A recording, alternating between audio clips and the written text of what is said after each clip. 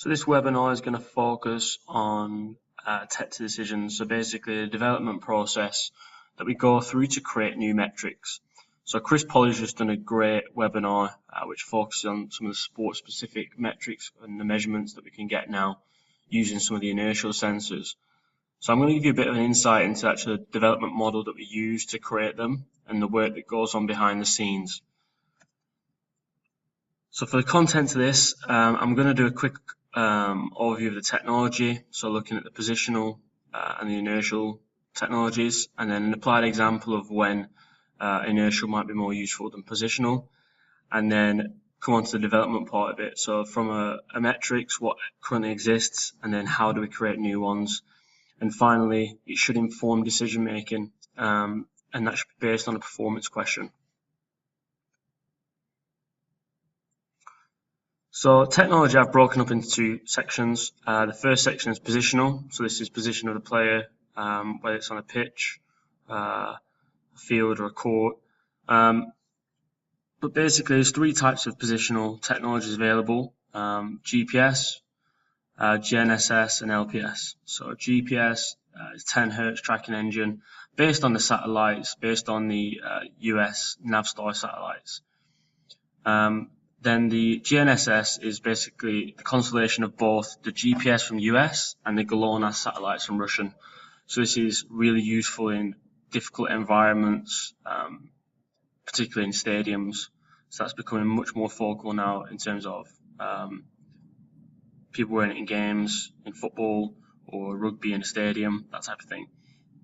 And finally LPS. So LPS the most accurate of the three, and this is a controlled setup where we have nodes installed into the arena or the stadium or the environment you're playing in, which then are used for the multilateration.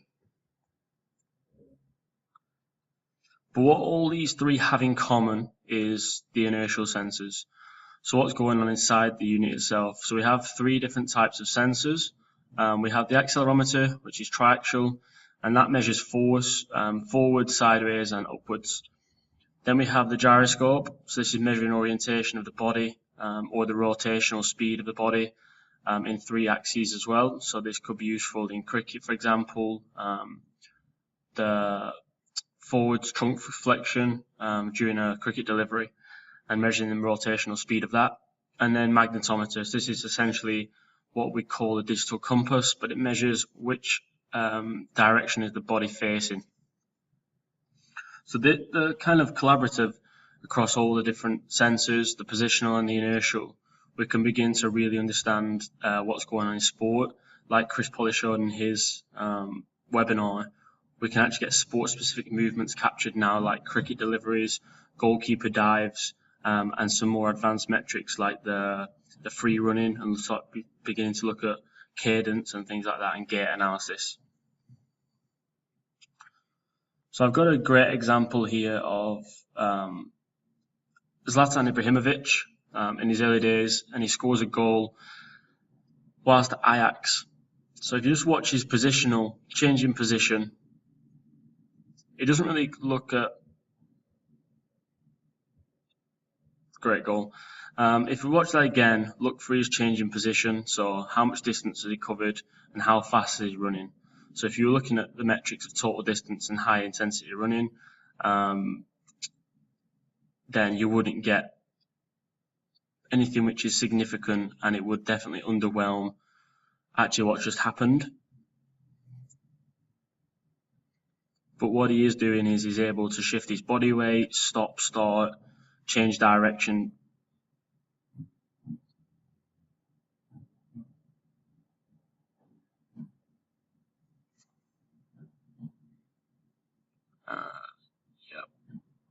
So we've seen that enough times now. So what I also want to go through is shows and highlights how XY positions don't capture what's really happened in this instance. So Zlatan Ibrahimovic, a great player, but XY positions wouldn't quantify what he's done performance-wise, other than he scored a goal. So what actually happened, and we've been able to measure it with the inertial sensors, would be looking at shifting the weight. So the change in force outputs from left and right, using the magnetometer, understanding the change of directions. We got the jumps, twists, stops, starts, those type of movements we can now measure with inertial sensors. And it's these explosive micro movements is something which kind of I like to call them. So Chris went through some of the sport-specific examples and a bit more in depth in terms of things like player load and the free running. But this is a brief overview minus the sport-specific ones of the metrics that are available. But what I've done is I've broken it up into what's created using positional data, so from the GPS or GNSS or the LPS. So what you get from that is obviously total distance. You can infer accelerations, decelerations, although I'd recommend using the inertial sensors to derive those. And then you've got hotspot plots, so some tactical outputs, velocities, position on the pitch, so looking at team shape, and the speed zones. With the inertial, we can get better accelerations, decelerations, but also change of directions, jumps, collisions. So it's becoming much more sport specific. And if you look at these, they're much more explosive movements, which XY positioning doesn't give you. So how do we create those? So we have to get it from the technology and the hardware through to the software, and ultimately the end point is to help make a better decision or a smarter decision making. I'm going to go through now the process that we go through internally and with clients to create new metrics and actually help them. So the start point has to be a performance question, and this creates the purpose for what we do. And throughout the process, you have to keep answering the question and make sure that it's relevant and what you're doing is relevant to the performance question. Once we have that question, we then go on to kind of, I guess you have to design the method, but a data collection phase. So say, for example, it was goalkeeper dives, we would get a lot of data from goalkeepers diving using Catapult technology. And we're looking at nearly 1,000 data points per second per player. So in that format, there has to go through a process to filter out what's important and get the signal from the noise.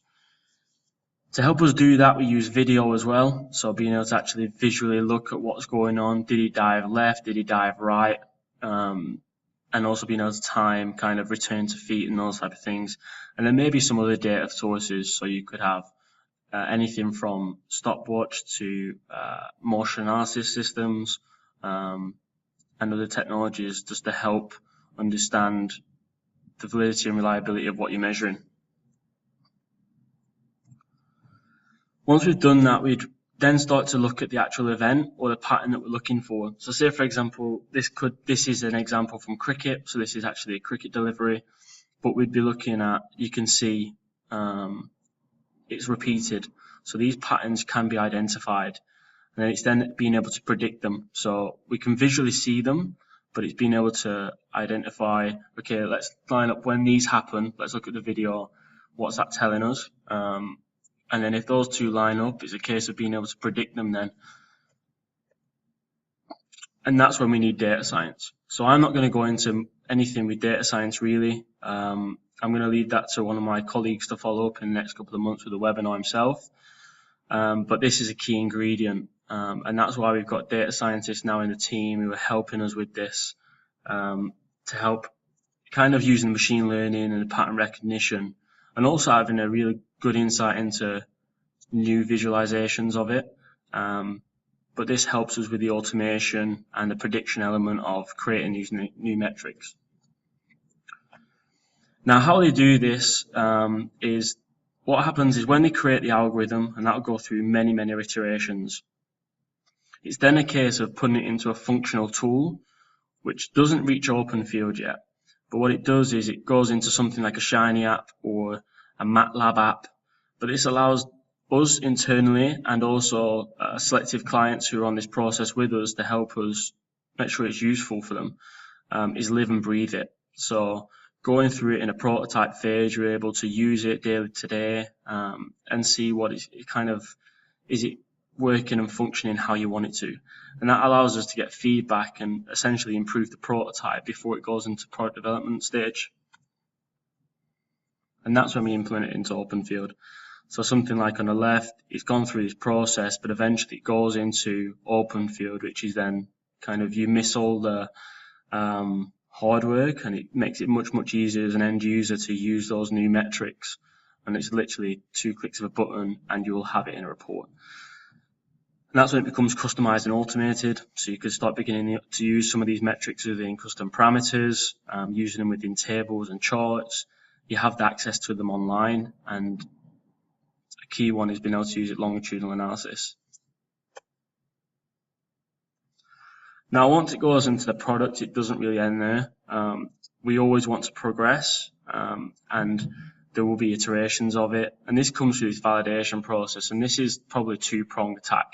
The first one is, I guess the first instance is it'll be used by users of the technology. So on the bottom right, you've got logos of many teams who will use it, but they will help us just giving feedback, using it on a day-to-day basis, and that's the first validation for us.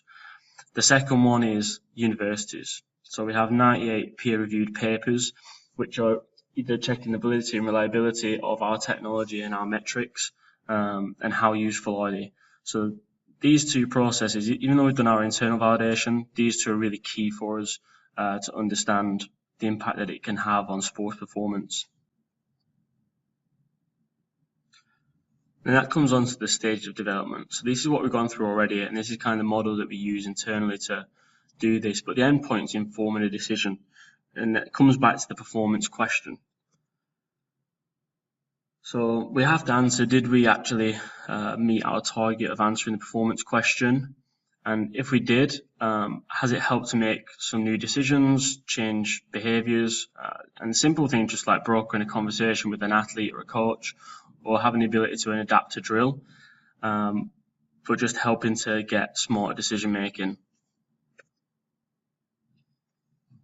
In summary, don't forget the purpose. This is what we have to do both in the field and internally within Catapult. But we have to start with that performance question and not forget the purpose of what we're doing it for.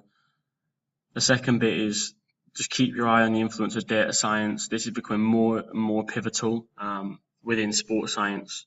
I'm really excited to see what the team are doing at Catapult at the moment. And I'm sure Jerome or Sarah might be able to give you a webinar soon to give you an insight into what's going on. And finally, as a sports science, data science, and product development team, we're building some exciting tools for smarter decision making.